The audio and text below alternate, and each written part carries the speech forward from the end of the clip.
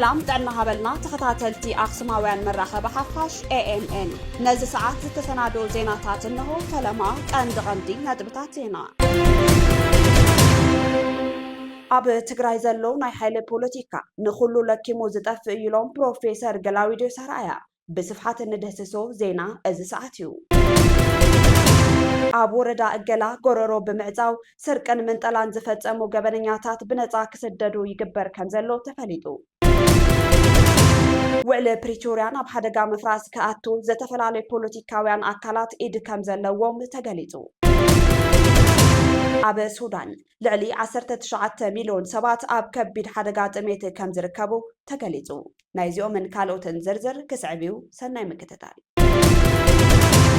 أب ورجاء قلا قررو بمعزاو سرقن من طلان زفتسمو قبنياتات بنزا كسددو يقبر كمزلو تفليدو أب ورجاء قلا أب لعلي يابون هزب زشقرون كترتي بيت فردي بنزا كسددو بمقبار قطع لسقات محبرسب يخونو كمزلو كاب ورجاء قلا زترخب حبريتا أرديو صره هزبي زنكساقسو ليابو بمتحببار أكالات فتحي كاب قبنوم نزا خوينوم كاب ماسرتك وزو يقبر كمزلو النات قلت انتخون كم عبنت بمنطلا ورقي 17 ميازيا 2018 متمرت تأثيرو زنبرة تخصاصي حلفهم كنفا قبر مدهن زتبهالة إيد بإيد مس إكزيبيتو تتحيزو أبو سرز تنحى انتخون عليتن قبون زغبلو دهانو اتوردا بنزا كفتح غيرم وزبلة اتحابريتا هزبي أبلع لليابو أب كند بحقي نايبعلو عطفتاو وسانك وسد يقددو واللو جمايلوم دانيا وردا اقلا ايتا والدا قريما قبر مسكال كونيلو نتتفاتنيا تبغا كغوزر بمقبار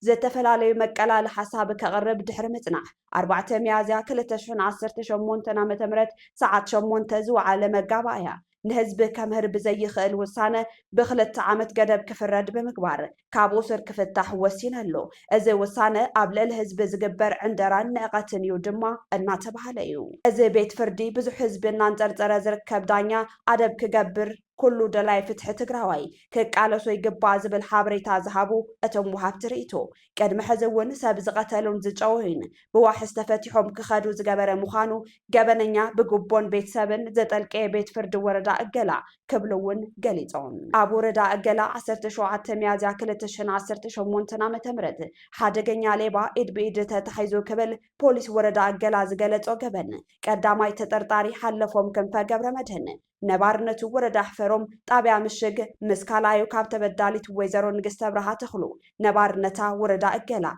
طابع هويا ابو ردا اقلا فولي بوتا خبابي ملس بارك ابعدا قاوعيلا نابقزا ناخدت كباب ساعة 12 ناي قطري ابت زتطقسه كبابي اب صرقع اب كسادا زنبره 16 جرام زمزن ناي كساد ورقي كسادا طويم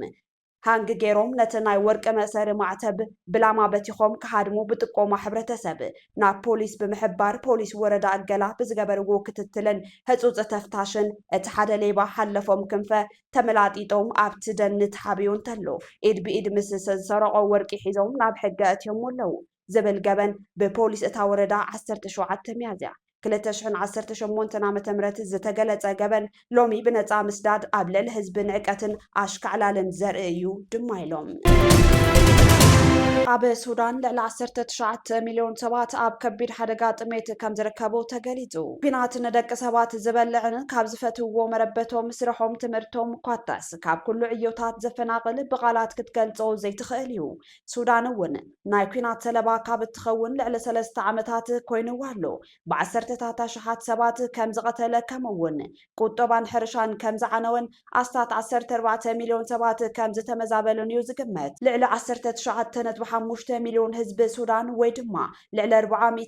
كاب حزب السودان كبيد طميت اغاطيمو كنزلو تكال عالم لخاوي تقوصاصار طميت زوصو صبصاب يحبر ات بحبرات هاجرات زدقف IPC كابتي أبز حلف عامت زتجمته إسران حرنت ب2 مليون سبات بنوشتيز وحدة كوانت خنة أب كفل هاجرات سمين دارفور دبوب دارفورن دبوب كردفانن تهاجر أستات 14 كبابتات جناب حدقات ميت كم زركبيو زهرد اتوم كبابتات أبز حلف عامت بعبيو بسنكت بحيلتات كل تفدقف زتجبر كبابا كتمتات الفاشرن كادوغلين زركبان كتماتات نخبي طميت كم زتقالعا زوجو صبصابات يحبروا بمسارة زوتو تبطابات كم زحبروا عبزوا كردوفان كمون عب كفل هاجر سماياوي نيل كبيد وق يغتل كم زلو يقلت زلاغ وحسنة زي مهلاو قدب تبتصحنة مخل كالبجتن نابزوح كبابتات اتهاجر مبزح حاجزات قام سلاز جبرو أستهاد شمون تميتن عسران حموشتن شحتانات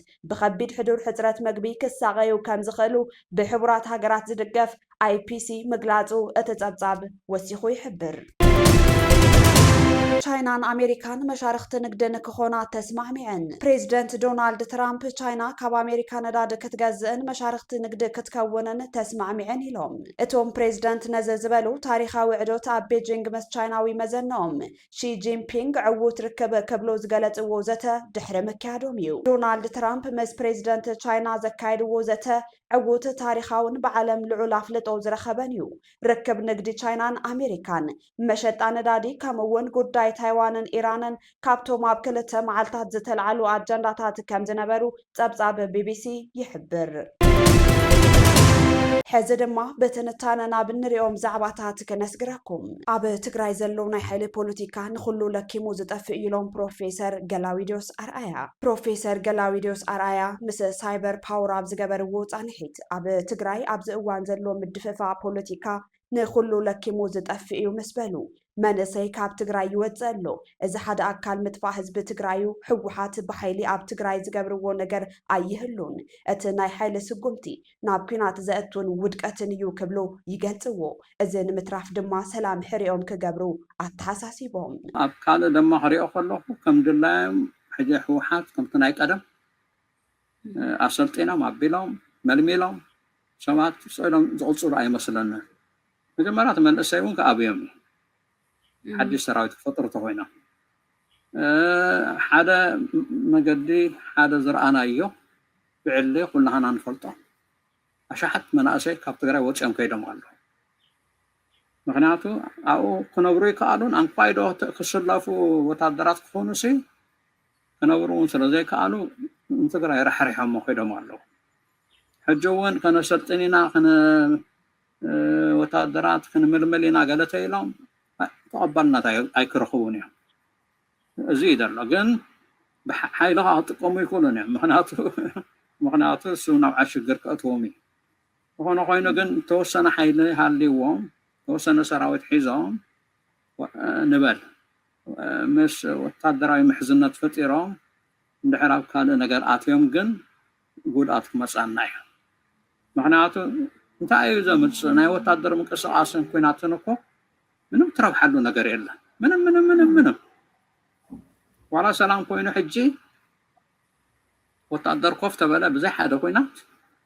ወታደር ዘፍርዮ ነገር የለን ወታደር ኩሉ ግዜ ክስራን ሓረሳይ ሓሪሱ ዘፍርዮ ነገር ኣሎ ኦኬ ወታደር ምንም ዘፍርዮ ነገር የለን ጉድኣት እዩ ዘምፅእና ንኩሉ ሃገር ዋላ ብባጀት ተሪእኻዮ ብኩሉ ነገር ተሪእኻዮ ሲ ብዙሕ ጉድኣት እዩ ዘምፅእ ኣብኡ ረሒቆም ሰላም ተፈጢሩ ምርግጋእ ተፈጢሩ ንሳቶም እውን ዝፀንሕሉ መገዲ ተፈጢሩ ኣብ ስልጣን እንድሕር ኣብ ኩናት ዘይኣትዮም ማለት እዩ ንሱ ዝፍጠረሉ መገዲ ተሓሰቡ እዩ ዝሓይሽ እየ ዝብል ኣነ ሕጂ ደጋጊመ ብተፈላለዩ መድረኻት ክዛረብ ይቐኒየ ኩናት ገዲፍኩም ሰላም ግበሩ ዓለም ከዓ ሰላም ግበሩ እዩ ዝብለካ ዘሎ ዋላ ናይ እንግሊዝ መንግስቲ ኹን ዋላ ካልኦት መንግስቲ ኹን ዋላ ኣሜሪካ ኹን ከምኡ እዮም ዝብሉ ዘለዉ ካብዚ ሓሊፍካ ዳ እሞ እንታይ ኢኻ ንመን ኢኻ ክትሰምዕ ደኣ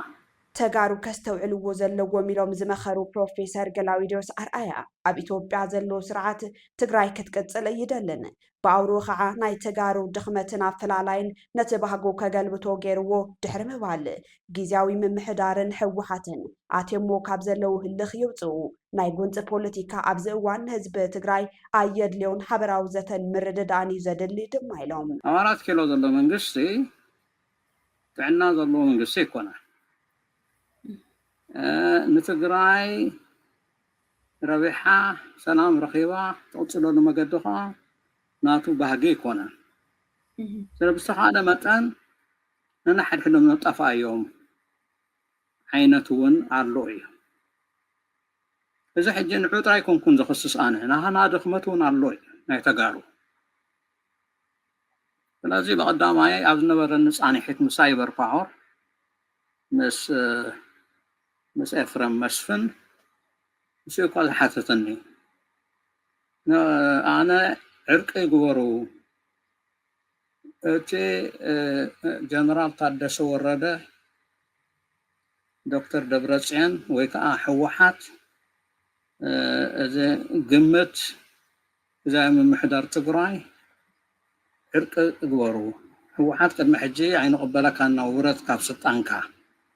بهال نقرون سلا سمعكو سوقاي وردن سلا زباله إذا بهلق إذا أتوقع إذا بأنها الرأية بناتي الرأية ناي حيلي ناي قنصي بوليتيكا عزولا confrontation politics سمزولا بإنجليزية ناي قنصي بوليتيكا هو اللي جذب شجر إذا أتوقع الناتو بأنصاره الله للزب الله مرددا الله بحنسا هنا نسرح مقال الله سلازي نحوحات بحنسا هنا نسرح ورد كاب سلطان كازي كونسي بحنسا هنا نسرح المقد نفتر لنا قبل اللوم ፕሮፌሰር ገላውዴዎስ አርአያ ቀፂሎም ልፍንታዊ ስሙር መንግስቲ ምምስራት ንትግራይ ቀንዲ መዋፅኣ እዩ ኣብ ብዙሓት ሃገራት ዓለም ተሞኪሩ ውፅኢታዊ ስርዓትን መንግስቲ ዘምፅአ እዩ ድማ ኢሎም ብናይ ፌደራል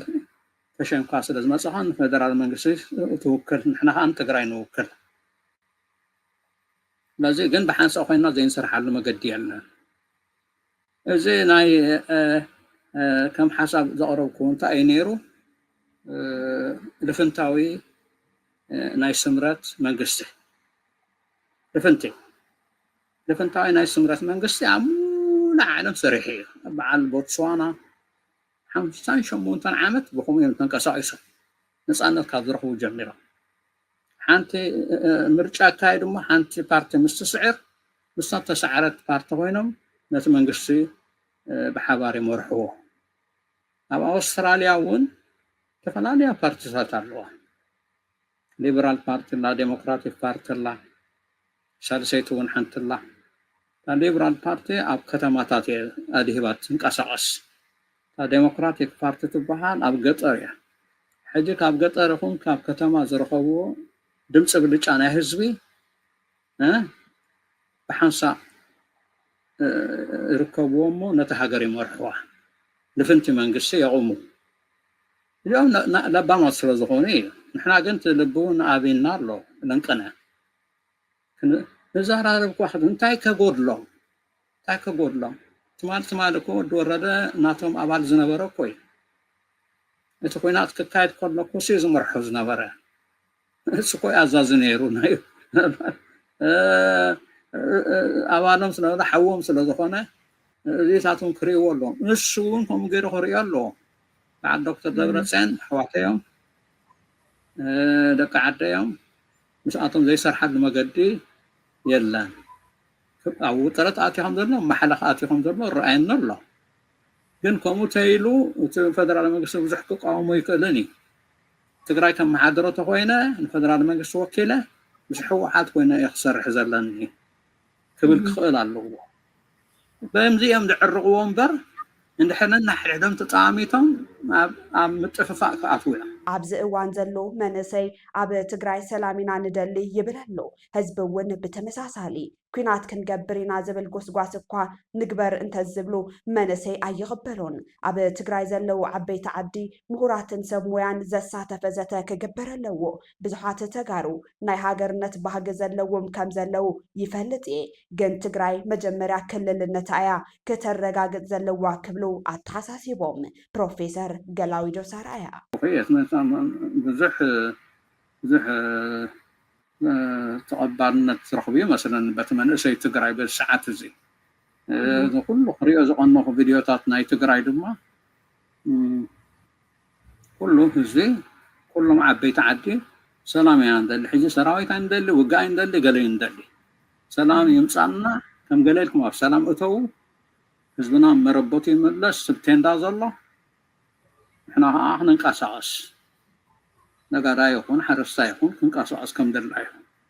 زي دليتهم يعني كمانكم يزبط زلقوا عن حج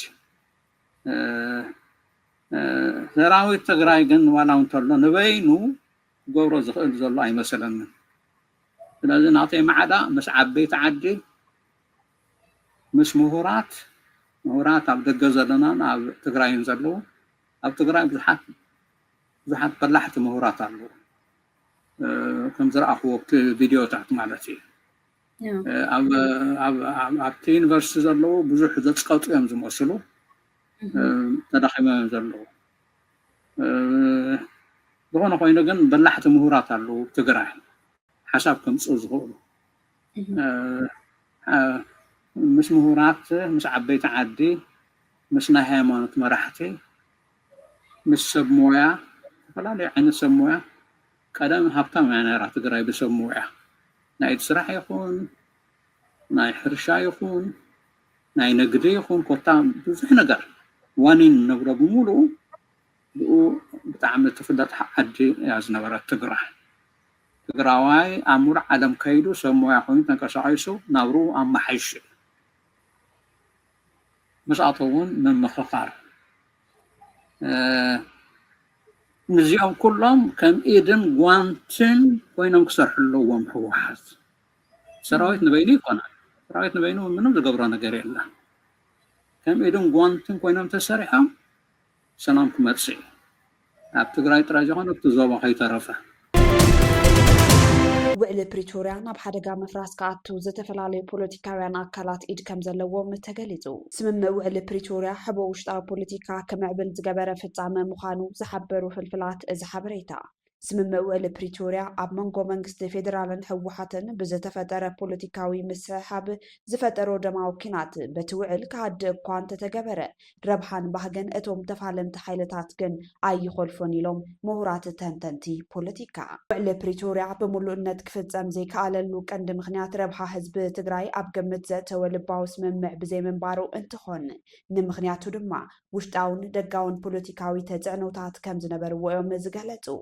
ቀንዱ ኣደራደርቲ ኣካላት ኣብ ክትትል ተፈጻምነት እቲ ውዕል ልሕሉሕ ምንባሩ ነቶም ተጓነፅቲ ሓይልታት ማለት ሕወሓትን ፌደራል መንግስትን ካሊእ ናይ ባዕሎም ፖለቲካውን ምሕዝነታውን መዋፅኦ ከናድዩ ዕድል ብምፍጣሩ እቲ ውዕል ሓሊኹ ከም ዝሓዞ ዝገለጹ ምሁራት ፖለቲካ ብወገን መንግስቲ ፌደራል ሰራዊት ትግራይ ብምሉእ ዕጥቁ ክፈትሕ ኣለዎ ዝብል ጸቕጢ የውርድ እኳ እንተነበረ ነቲ ዕጥቅን ምውራድ ከማልኡ ዝግብኦም ቅድመ ኩነት ማለት ምኽባር ሉዓላዊ ግዛት መሬት በጀት ንብዲዲኣር ዝተበተኑ ተጋደልቲ ትግራይ ዘይምልኣኽ ተመዛበልቲ ክምለሱን ኣብ ዓዶም እግሪ ክተኽሉ ናብ ምግባር ዝነበረ ትሑት ተበግሶ ከም ዕንቅፋት የልዕሉ ቀፂሎም ድማ መንግስቲ ፌደራል ሰራዊት ኤርትራን ሓይልታት ኣምሓራን ካብ መሬት ትግራይ ክወፅእ ተበግሶ ኣይርኤን ጥራሕ ዘይኮነስ ብሰላሕታ ክፍጽሞም ዝደሊ በደላት ክቐጽሉ ብምግባር እቲ ውዕሊ ክኹለፍን ናብቲ በፂሕዎ ዘሎ ብርኪ ክበጽሕን ከም ዝገበሮ ይንገር ሕወሓት ብወገና ካብቲ ኣትያቶ ዝነበረት ሙሉእ ከባ የድሕነኒ እዩ ዝበለቶ ርክብ ምስ ሻዕብያ ምጅማራ ብወገን ጊዜያዊ ምምሕዳር ትግራይ ንተፈጻምነት እቲ ውዕሊ ባይታ ዘንጽፉ ስራሕቲ ዘይምስራሕ ንመደራደርቲ ኣካላት ጥቡቕ ጎስጓስ ንምልኡነት እቲ ውዕሊ ዘይምግባር ብዲዲኣር ክሰናበት ዝግብኦ ተጋዳላይ ኣብ እዋኑ ክምለስ ዘይምድላይ ወሰንቲ ነጥብታት ክብሉ የልዕሉ ብወገን ኤርትራ ሻዕብያ ኣብ ትግራይ ንዝፈጸሞ ዝነበረ በደላት ብምኽንያት እቲ ውዕሊ ተሓታትነት ከየስዕበሉ ስጋኣት ስለ ዝነበሮ ኣብቲ ውዕሊ ፕሪቶርያ ዝተሳተፈ ሕወሓት ናይ ቀረባ መሓዛ ብምግባር ኣብ ልዕሊ ህዝቢ ዝተፈጸሙ ገበናት ሕወሓት ጎሊሆም ክወፁ ዘይምድላይ እኳ ደኣስ ሻዕብያ ኣብ እዋን 9 ዓመተ ምህረት ዝተፈጸሞ ግፍዒ ፈጺሙ ዝብሉ ናይ ገበን መቃለሊ ሓሳባት ብኣባላት ጽምዶ ክስማዕ ዝተገበረሉ ሓቂ ቀንዲ መርኣያ ምዃኑ ይግለጽ ብድሕሪ ዝርክባት ሕወሓት ምስ ናይ ደገ ሓይልታት ዝብል ንምትዕንቓፍ ውዕሊ ፕሪቶርያ ቀላ ስታራ መሓዙን ነቲ ውዕሊ ንምትግባር ግዴታ ከም ዘይብላ ኮይና እያ ትንቀሳቐስ ጸኒሓ ሕወሓት እዚ ከምዚ ኢሉ እንከሎ ሓይልታት ኣምሓራ ኣብ መሬት ትግራይ ምቕጻሎምን እቲ ውዕሊ ብመሰረት ሕገ መንግስቲ ክፍታሕ እዩ ዝብል ናይ ውሽጣዊ ዶብ ሕጊ ሕቶ ምዕራብ ትግራይ ዝተቐየረ ነገር ብዘይምህላው እዚ ድማ ንኻልእ ውሽጣዊ ግጭትን ወጥርን ከስዕብ እምበር ነቲ ውዕሊ ከቃላጥፍ ኣይተረኣየን። መንግስቲ ፌደራል ድማ እቶም ዕጡቃት ሓይልታት ኣምሓራ ኣብ ግዛት መሬት ትግራይ ምጽንሖም ትግራይ ዝተቆራረሰ ግዛት ክህልዋን ዲሞግራፊያዊ ለውጥን መፍጣር ዝዓለመ ዓንቃፍ ብጽሒት መውሳዱ ቤት ምኽሪ ፌደሬሽን ንመካታዕቲ ቦታታት ኢሉ ዝጸርሖም 5 ናይ መረፃ ክልላት መሬት ትግራይ ናብ ኣምሓራ ክልል ምምሕልላፉ መንግስቲ ፌደራል ንምትዕንቃፍ ውዕሊ ፕሪቶርያ ዝወሰዱ ሓላፍነት ቁልጭ ኣቢሉ ዘርኢ ምዃኑ ተሓቢሩ እዩ። ውሽጣዊ ምክፍፋል ሕወሓት ድማ ኣብ ውሽጢ ትግራይ ኣብ ክንዲ ግዛት መሬትን ውሕስና ህዝብን ሰላምን ምቕዳም ሓለፍቲ ናብ ናይ ስልጣን ንሕንሕ ምእታዎም ስርዓት ኢትዮጵያ ኣብ ልዕሊ ትግራይ ዝጠልቦ ዝነበረ ሰላሕታዊ ፅንታ ከቃላጥፍ ከም ዝሓገዘው ይግለጽ። እንትቅድም ኣብ መንጎ መሪሕነት ሕወሓትን ነበር ጊዜያዊ ምምሕዳር ኣይተ ጌታቸው ረዳን ተፈጢሩ ዘሎ ምክፍፋል ንትግባረ እቲ ውዕሊ ኣዝዩ ኣዳኺምዎ ዝጸንሐ ኮይኑ ቀጺሉ ድማ ዝተናውሐ ስልጣን ጊዜያዊ ምምሕዳር ትግራይ 30 መጋቢት 2018 ዓ.ም ኩሎም ተደራደርቲ ኣካላት ኣብ ልዕሊ ትእማም ሰላም ከተሓላለፉ ተራእዮም ድማ ይብሉ። ኣብ ምኹላፍ ውዕሊ ፕሪቶርያ ህጹጽ ስጉምቲ ክውሰዱ ዝግብኦም ኣደራደርቲ ኣካላት እውን ናይ ውፍይነት ጸገም ብምርኣዮምን ማሕበረሰብ ዓለም ኣብ ትግራይ ዝቐጸለ ሰላሕታዊ ጽንታ ቆላሕታ ብዘይምሃቡን ውዕሊ ፕሪቶርያ ጸገም ህዝቢ ትግራይ ክፈትሕ እናተገበኦ ካሊእ ኣንፈት ወጥረ ስዒቡ ከም ዘሎ እናተገለጸ ይርከብ። ካብ ኣኽሱማውያን መራኸቢ ሓፋሽ ናይዚ ሰዓት ዜናታት ክትከታተሉ ጸኒሕኩም ንምክትታልኩም ነመስግን ምስ ዝተረፉ መደባትና ሰናይ ጊዜ